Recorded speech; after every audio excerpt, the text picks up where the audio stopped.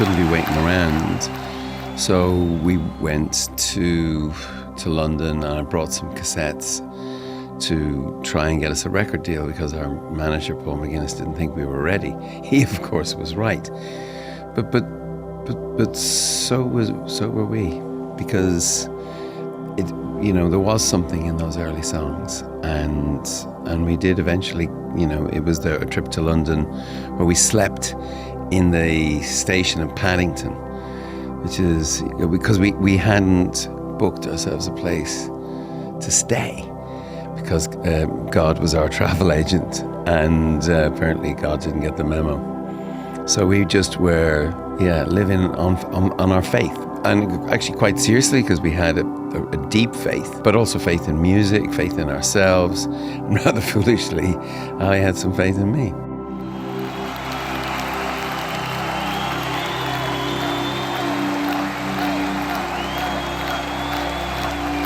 People who are at the top of what they do are clearly not doing a lot of other things. They're focused on one thing, and that is not necessarily great for your family or your friends. Your strengths become your weaknesses. I'm trying to get to grips with it, and eventually I'll pay for a shrink. The thing that drives me is more fear of failure than anything else. But success, U2's been playing stadiums for 4 decades in our own right. It's kind of incredible. So imagine a football team or something that keep winning the Super Bowl. It's the same players. It's a bit mad.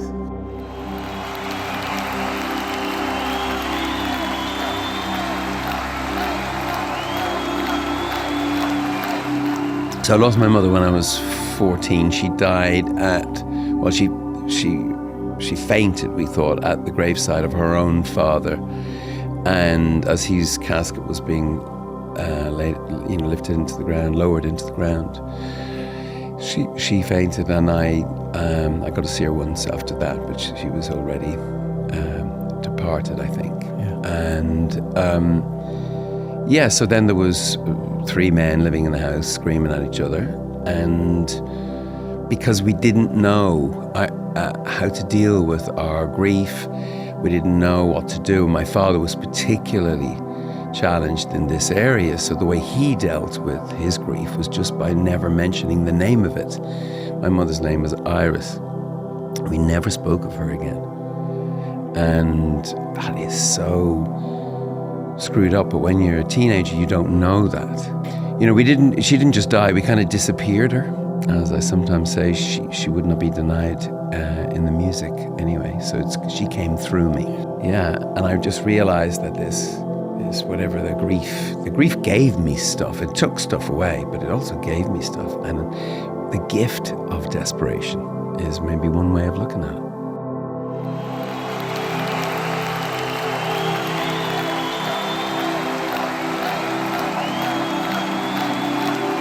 Before I go on stage, I can, and it's not uncommon for even the most bombastic of personalities to be a little nervous. And it's okay if you're going to just phone it in, but in our band, every night has to be the best night of our life, or the best night of anyone's life, and it's absurd. It's like, come on, it's like, and we go at it like that. So that can make me, I can get quiet, and I need some fortification.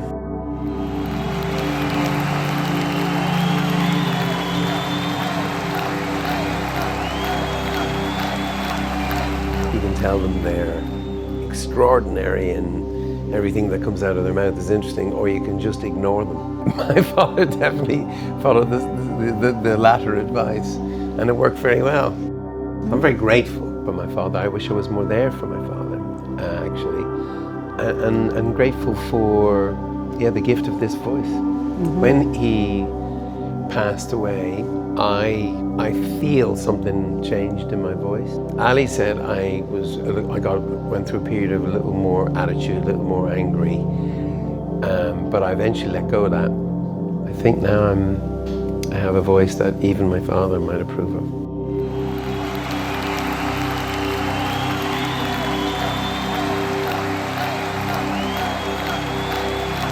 It's getting harder. You know, the band has nearly broken up several times, usually after the good albums, because they really cost you in the studio. The male ego, in particular, I think gets more brittle, and the ability to sublimate, to surrender to each other, which is essential for a band, gets harder. Friendship is at the heart of it, really.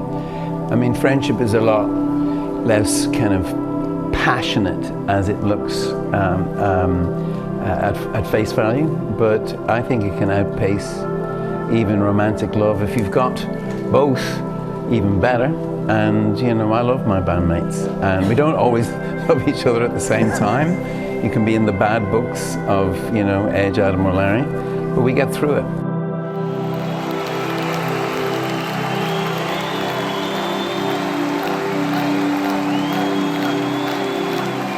In the band, early days, I'm sure, insufferable, and they were very good about it, really. And occasionally, they would fight back. Never pick a fight with a man who earns his living with hand-to-eye coordination. Edge certainly has. He's taken me out. There was magic, you know, that's all we had. We didn't have anything else. And of course, there was a desperation to get out of there and desperate to make something of our lives. For me, rock and roll was liberation. I mean, I could not. Once I found, wow, I'm able to write songs and other people aren't. Wow. And it was like breaking out of whatever jail I was in. U2 learned to write our own music because we couldn't play anyone else's.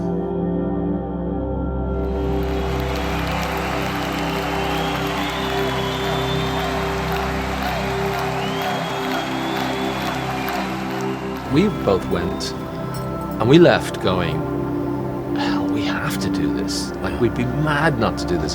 And we're so curious. That's our natural bent, is to be innovative and to find new things that have never been done before. What we're able to do here, I think, is this combination of big spectacle and a kind of radical intimacy. And the PA system has the headroom to deliver some real rock and roll audio. So we have a flexibility here that you never ever have in another arena, like a sports arena, hockey arena, stadium. This building is so new, and you know, rock and roll always has to feel spontaneous and has to be about something happening in the moment. The audience and maybe the band themselves don't actually know what's about to happen. And I can honestly say that opening night, that is what it's going to feel like. We won't know what is going to happen. It's a new technology, which the speakers are small, but there are thousands upon thousands of them, and that's how they are able to deliver sound so specifically to keep it pretty consistent throughout the whole building. It sounds really like you're in the best seat of a great theater or you know, it's like a recording studio almost, that kind of level of quality.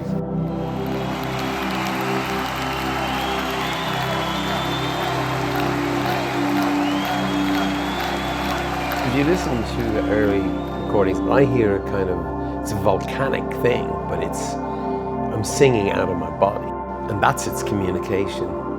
But the instrument is more expressive now, and I think I know what to do with it more. And strangely enough, the person who got me to a place where I could sing was an opera. So my dad's operas came around, and you know, U2, we're a rock and roll band. Some people say we're the loudest folk band, but it's opera, really. I mean, if you think of their big emotions, big songs, big feelings, and we're not trying to be cool. Do you know what I mean? Where our music is much hotter than that. It's much more Italian.